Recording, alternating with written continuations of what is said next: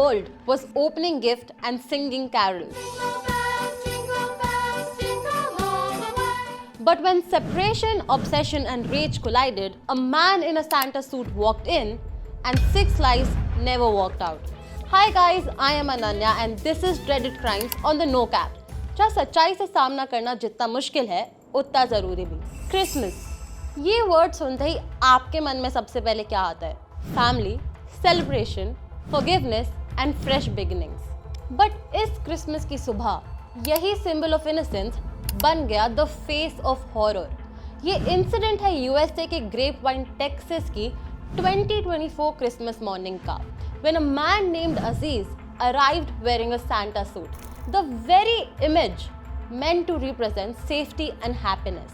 But ये Santa कोई Joy बांटने नहीं आया था, ये आर्म्ड था और इसके टारगेट्स कोई स्ट्रेंजर्स नहीं थे।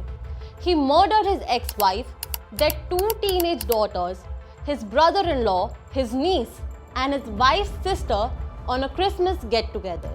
इस केस को सिर्फ ब्रूटल ही नहीं बल्कि डीपली डिस्टर्बिंग बनाता है अजीज का डिस्गाइज, एक ऐसा सिंबल जो रिप्रेजेंट करता है ट्रस्ट और इनोसेंस। उसी को यूज करके इस क्राइम को कमिट किया गया। And before ending his own life, Aziz ने 911 पे कॉल करके इन सभी किलिंग्स को खुद ही रिपोर्ट किया।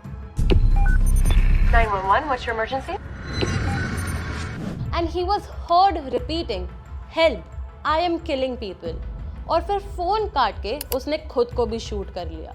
इन्वेस्टिगेटर्स के according the victims received multiple gunshot wounds to the head, chest and stomach. वहीं क्राइम सीन से 2 हैंडगन्स भी मिले। और इस क्राइम के पीछे का रीजन सेपरेशन का पेन, इमोशनल ब्रेकडाउन और ऑब्सेशन।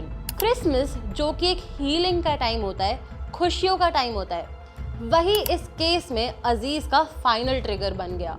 ये केस हमें एक uncomfortable truth दिखाता है that sometimes the most horrifying violence doesn't come from outsiders, it comes from within the family। क्योंकि ये याद दिलाता है कि festive lights और smiles के पीछे कभी-कभी बहुत से लोगों का पेन unnoticed रह जाता है। And sometimes the happiest days can expose the darkest minds। आपका इस केस को लेके क्या टेक है? Do let me know in the comment section. Like, share and subscribe, because I'll see you right here with another true crime story on the No Cap.